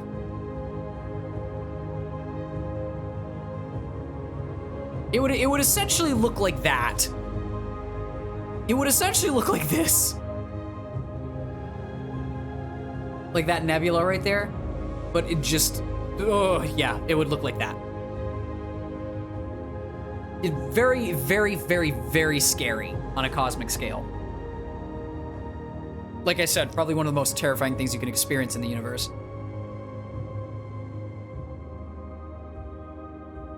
So this, because I was busy talking and didn't quite gesture to what I was going to next. This is Saturn. And you could see those shepherd moons I was talking about in the ring system here. The ones with the weird names. Let's actually slow it down so you can read them better. Yeah, the ones with the weird names. These are essentially large asteroid-like mini-moons that keep the rings in check, like I mentioned. But there are a ton of other objects rotating around Saturn, like Enceladus, which is about as close as I thought it was, all things considered. And here's Celesto. Elenes right here, Dionys right there, Rhea's right here. Big old Titan, which is the largest of Saturn's moons, is pretty solid distance away, and the Hyperion is as well. Iapetus is right here, and then this massive just spread of different lines is all the different objects that are surrounding Saturn. Now, it's surprisingly stable for how much it's literal garbage is circling the ringed planet. But we can sort of destroy this equilibrium by throwing Earth in orbit with, let's say, Titan. And then if we speed it up, we can see how just adding one Earth-sized object, while stable at first, can have severe gravitational disruptions. You can see the objects in the center their orbits are being warped by this new large object that has now barged its way into the center of the orbits. You can see stuff being thrown around. If we do it with something bigger, like, let's say, Neptune out here, this will be more extreme. Titan is already being dragged and is now slingshotting across. I believe that was Iapetus. Iapetus is right there. That might have been Hyperion. Literally got slingshotted around Neptune because of its insane gravitational effect. Saturn, as well, has entered a semi-binary orbit with Neptune because of how big Neptune actually is. The rest of the moons cannot be bothered. Oh, it was Dione, I think, and Titan's gone as well. Or Titan. But yeah, any semblance of equilibrium in this system is now irreparably destroyed. We can make it worse. We can make it far worse. Slow down the speed a little bit. Just enough to where it's, not horrible. And then we can just blow up Saturn. And now everything that was in a nice spot is gone. Neptune, on the other hand, I think gained a new friend. Yeah, who did Neptune gain? Neptune stole Rhea. Amazing. Neptune just waltzed in, right? Grabbed one of Saturn's moons and just screwed off in the opposite direction. Just gone. You've got a friend in me? More like, I've stolen all your friends. There are so many simulations. Fiction. Ooh! This is fun. So these are things from either books or things that would not ever happen. For instance, this is obviously a simulation, or rather a prediction simulation by astronomer Sean Raymond, where everything is perfectly engineered. See all these planets? It is perfectly stable. And as you can see, everything is aligned perfectly, and no gravitational forces would disrupt any part of this. The trick, if you could read in that little message there, is every single one of these orbital lines, one is prograde and one is retrograde. So they're essentially going back and forth like zippers, which prevents any severe gravitational warping to occur and will prevent any of the orbits from just flying off into space. What we can do, though, is we can just simply add almost anything, honestly, and completely throw this whole system out of whack. Let's add a semi-decently sized object right about there. Now, it is a perfectly stable system. But if we speed up on a timescale, now with Uranus in the system, if I did it right, I'm surprised at how stable these simulations are, though. I'm not sure if I can see any warping. Another thing we could do is just do something crazy and just delete the sun. Oh, there is a little bit. Just a hair. But if we get rid of the sun... Hold on. Did it even click? It's lagging real bad. My computer cannot handle the rendering, as I've already stated. Go on. Oh, wait, hold on. Let me actually select the tool proper. There we go. Yeah, see all the nice planets? That is a neat effect, though. That is a really cool effect. But they are forever released from their perfect plane of existence. That is a fractal, not a fractal. Oh, what is it called? Look at that effect. It's like when you draw a perfect object on one of those circular things. You know what I'm talking about? Where you give it a certain ratio, and it creates those, not lemniscate. Oh, I don't know the exact name of it. It's something. I'm not. It's those really cool, like, artistic drawings. That's sort of what it looked like. I don't know the exact name. If I got the exact name, it would be a lot clearer. Let's do some weird stuff. Let's go back to our home, yeah?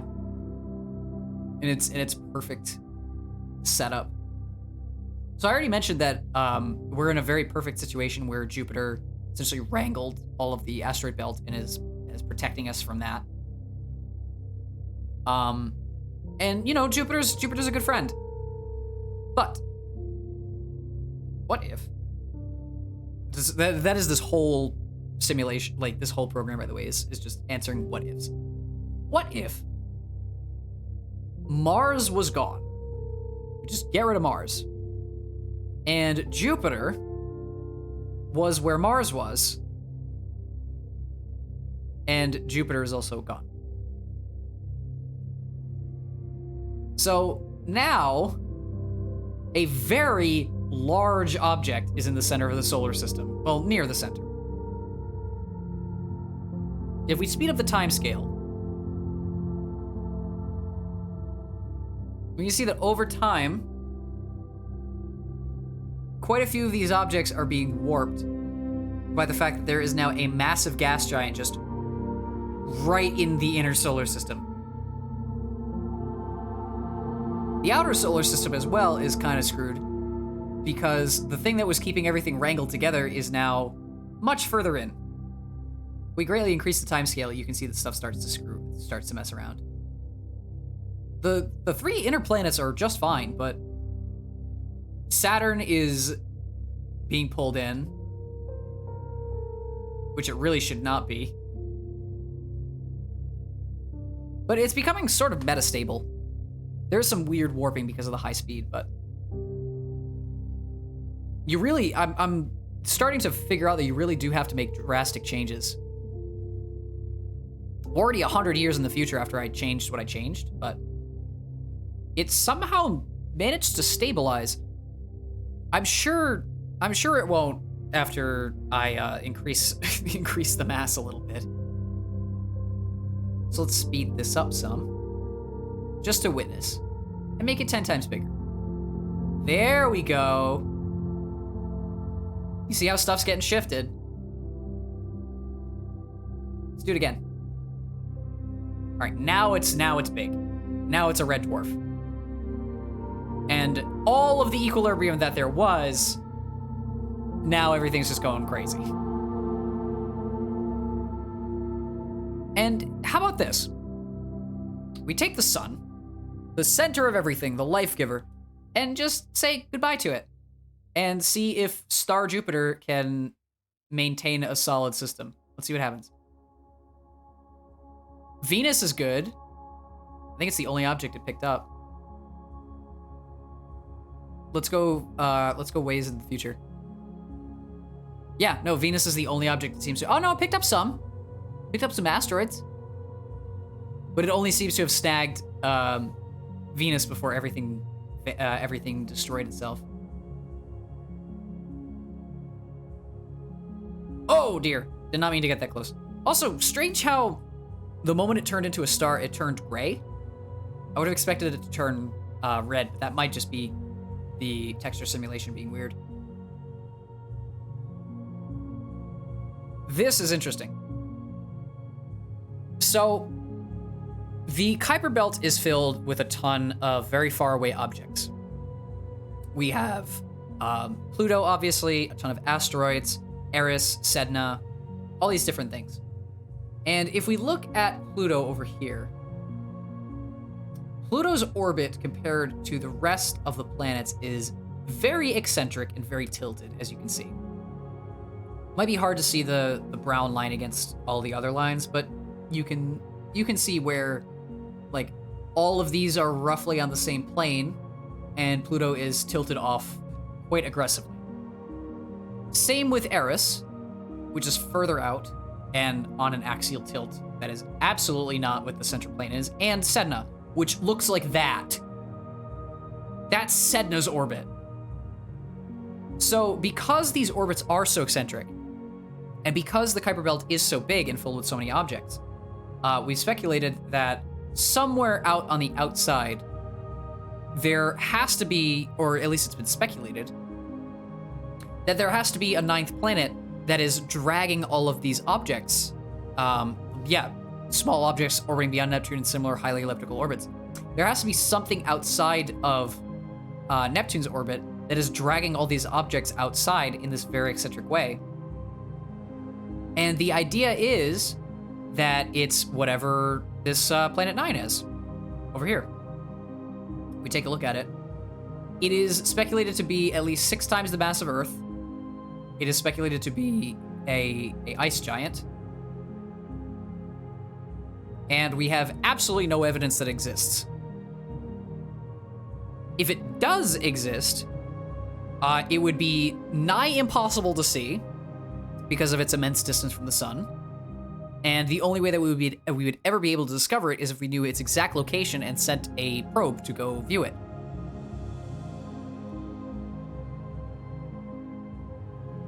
Did I accidentally add another planet? No, that's just its orbit being weird.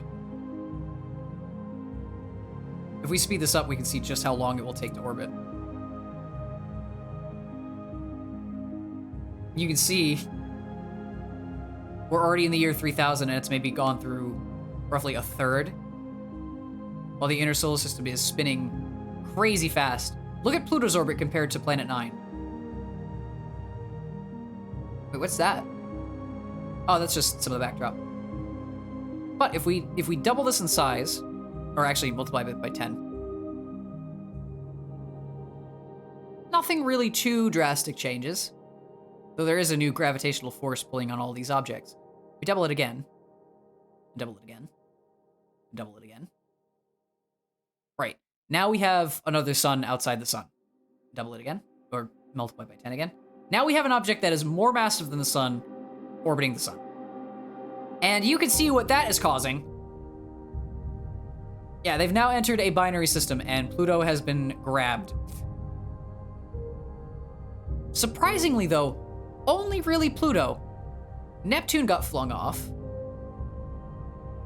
But everything else seems to have... Oh, whoa, what happened?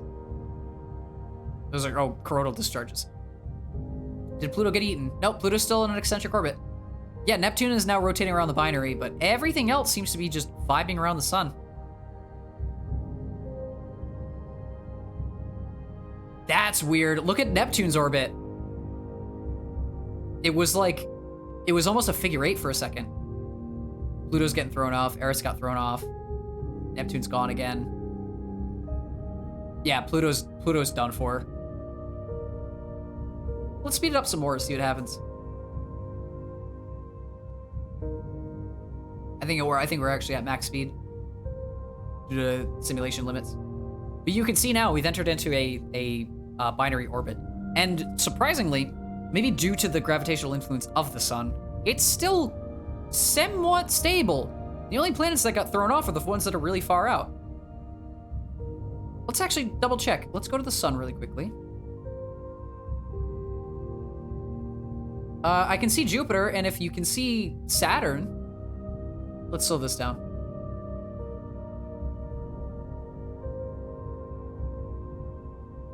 Way down. Yeah, Saturn's still here. And so is Uranus. And they're still in pretty stable orbits, in fact. Yeah, the only thing that got really badly affected was the outer solar system. Now, this probably will not hold true if we increase its mass even more. So let's give that a shot, eh? Hang on. Right now we're at almost 2 times the mass of the sun. How about 10 times the mass of the sun? At this point, the disparity in mass is quite a bit more.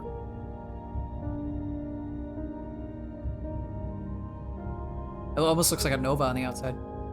So if the sun doesn't get immediately eaten by whatever... Oh, sorry. If the sun doesn't immediately get eaten by whatever object this is, it is not going to have a good time. I can tell you that. Still stable, though. It is racing towards Planet 9, though. Let's double it again.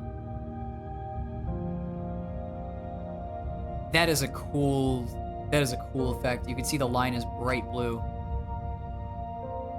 Maybe it's too far out of its gravitational influence. I think it might be. Maybe because it's because probably it's too far away now. Potentially. Let's keep increasing the mass until it's ridiculous. Yeah, that's a black hole now. Whoa! How is the sun still okay? Huh? I thought that would end up a little different, but honestly, at this point, it would be within the Schwarzschild radius, and it would just be screwed. That black hole is massive. Well, the simulation isn't perfectly accurate, obviously, but it's close enough. I think I'll do one more thing. So let's get ourselves the Earth and Moon one more time. Oh, this is all historical events too.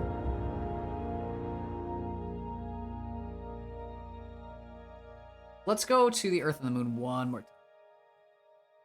Core systems, I think it's in. No, it's not systems. I think it's in core.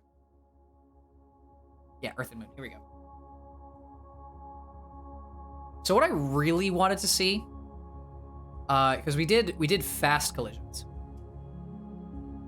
but we did not do slow collisions. As in, an object being fired at the Earth that is just extremely massive, but, you know, isn't going, like, light speed. Because anything going light speed would cause a severe problem.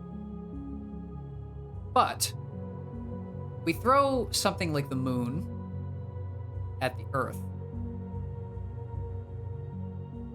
and slow this way down. This is only going about 5 kilometers a second, which is still very fast, but not nearly as fast. Let's see where the moon is. There it is. Speed it up some so we get some more distance. Okay. And now we go to real-time speed. Now, if you were on the surface of the Earth at this point in time, that would be utterly terrifying to stare at. I know that in programs like Stellarium and Space Engine, you can stand on the surface of objects, but in this case, I don't believe we can, so we sort of have to use perspective. Unless there is a different viewpoint that we can use. Let's see. Toggle object preview. Because that would be cool to stand on the surface and watch it impact. Save this object, place object, add moon to planet. All right, never mind. So we just get to watch it flat on. But right now, the moon is much, much closer than it ever possibly would be in real life. I'm essentially reenacting Time Machine, in a way. So let's actually speed this up a little bit to get it to be closer. And then right when it gets close enough, yeah, right there, stop. Bring it back down to real time. Just above real time. Can I send you on a dwarf star? I don't know. I don't know if I have the money to send people up into space.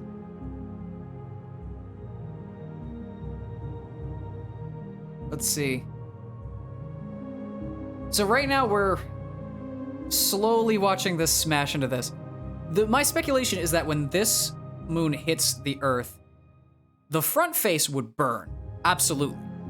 But what would end up happening is it would spread out, and all the fragments would come down and just demolish whatever was left.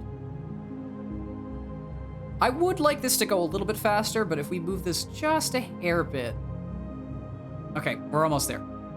The moment this impacts, it will dissolve completely, and this side of the Earth will be utterly devastated. Where are we even hitting? Is that... It looks like southern China and parts of Thailand and Myanmar. Was completely unintentional. Yeah, it'd basically be a cosmic shotgun, exactly. And you can see just this. You can see the size ratio between the moon and the Earth. It's quite substantial. You'd think that it would be the moon would be a lot smaller because from us, you hold out a piece of notebook paper, it's roughly the same size as the hole in the notebook. But here at least, it is actually quite large. Actually, to give you some perspective, let's go to, we're still very slow, good. To give you some perspective, let's go to some of the planetary objects. Where is our good friend Mercury? Here's Mercury. Oh, wait. Here's Mercury. So, I'm not going to obviously place this because it would destroy what we're doing, but Mercury is quite a bit bigger. Quite a bit bigger than the moon. But they're roughly on a similar scale, strangely enough. Which is odd to think about because there are some objects in the solar system that are moons because they have a more stable orbit around a planet than they do around the sun. But at the same time, they're larger than some of the planets. For instance, this is Titan. Titan is comparable to, like, Mercury, which we had just seen. And if we grab Ganymede, Ganymede's huge compared to the moon and is larger, definitely larger than Mercury. But because it orbits around Jupiter, it's not its own planet, it's a moon. Pluto, where's Pluto?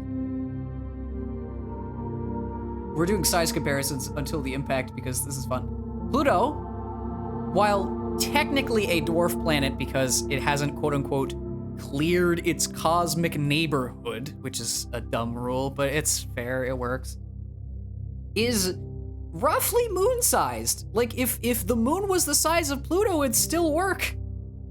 It would cause quite a bit of different tidal forces, but, you know, it would still be comparable. The issue arises when objects like this are this close. Honestly, if the simulation was realistic, the moon would be torn up right about now. But that's besides the point. We just like to watch planets collide into other planets. While realism is, yeah, Pluto is pretty big. While realism is definitely the core of a lot of science, sometimes it's fun to just use speculative stuff like this to just stare in wonder at what could be. And in this case, if we speed this up to 1 second per second, as you can see, we've barely gained any distance. Sad, but again, we're dealing with massive objects here. What is the radius of Earth? I believe it's 6,000 kilometers or something crazy. Let's see. Well, obviously it's going to say it's one Earth, but that doesn't help very much. Radius of composition. Let's switch this over to, where are you? Kilometers. Yeah, 6,371 kilometers.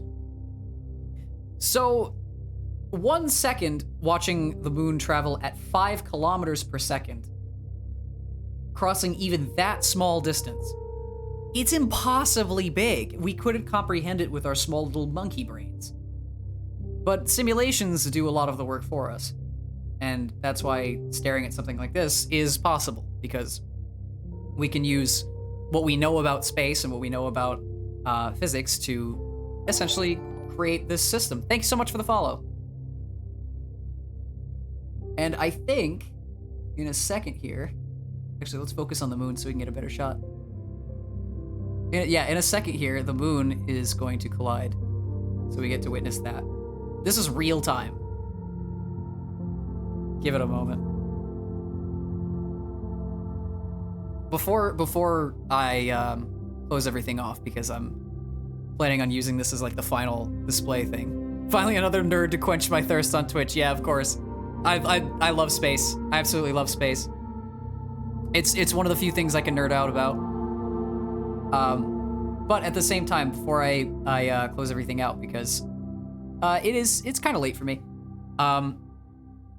I did want to mention that, like, there are so many cool topics you can discuss with space, and as like a final send-off, it's just, this is a culmination of everything that we've done throughout most of history, where we're these small sentient beings on a big blue rock that is in a perfect spot in the middle of space. And we can't comprehend everything that we see, but we use, you know, our own brains to give us some good idea of what we're looking at. And in this sort of way, we can use that knowledge to make cool things happen. And we can also use that knowledge to expand our horizons and get a better look at the universe around us. And it's far bigger than any of us could even remotely comprehend. And honestly, that's, I believe, the true beauty of space, is that there are so many things in it, and there are so many things that can be done with it, that it's endless. It's completely endless. And there are so many different parts of cosmology. There's like the physics of the universe, the Big Bang, planetary physics, orbits, all these different small little niche things that all involve so much math and conceptual understanding of what's going on. And you look at stuff like this and you go, how did we even like get to this point? And it's all just hard work, dedication, and figuring things out. And science has gotten to a point where we can use it for entertainment such as this, and it's probably one of the most interesting things, I think, ever, personally. If we ever get the opportunity to go into space, it will be a very wondrous occasion, because we'll get to see a lot of the things that we've speculated with our own eyes. We've certainly put people on the moon, we've put probes out to the outer reaches of the solar system, but that's about as far as we've gone. And the best we can do right now is use a telescope to look, and that doesn't really capture everything, but it does a pretty solid job, and the James Webb Telescope does wonders at that sort of thing.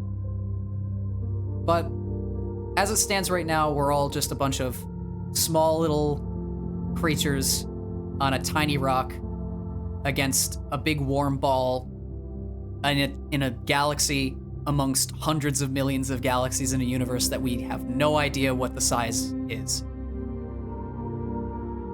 But as it stands today, I'm sitting here watching a simulated moon hit a simulated Earth and create simulated fragments. And it's the coolest thing. Look at that.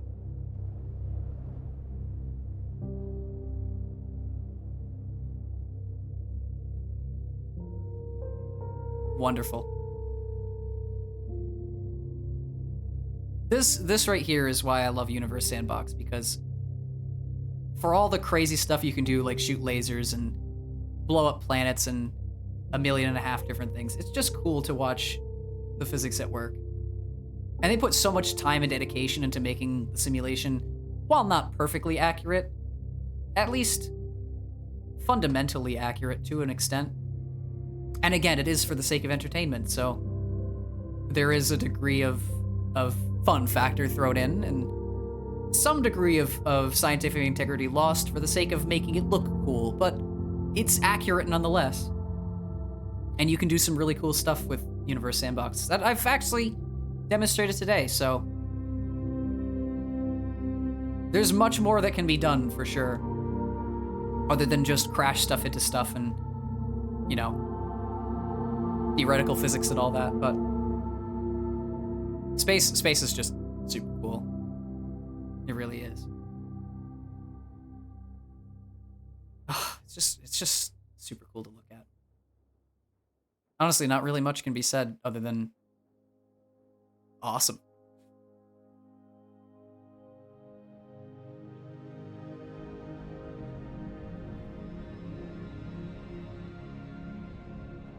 Well, I think the Earth is, probably had some better days. It'll cool off, it'll turn into a snowball. It's the winter season, why wouldn't it, you know? But anyway, I have had a lot of fun with Universe Sandbox today. It's a great game, it's a great simulator, you learn a bunch of stuff. You'd rather get spaghettified? Honestly, I'd rather not have my feet slowly atomize in a black hole, but, you know, to each their own. Anyway, I'd had a ton of fun with Universe Sandbox today, and I wasn't planning on streaming super long, because it was just mainly a demonstration and an education of, like, cool stuff about space, so I think I'll cap it off here. For everyone who tuned in while I was streaming, thank you so much. Glad to be here, glad to chat with anybody who hopped in. For anyone watching the VOD, good to see you too. Hope you learned something. And I might stream Universe Sandbox again. I don't know. It's a great game. It's great fun talking about science. But it won't be on Friday, because on Friday I'm gonna be doing a Minecraft challenge stream, and I'm gonna see how that goes. Trust me, it's a lot harder than it looks on my schedule. And then we ring in the new year, so look forward to that. But anyway, I think I've gushed enough about space.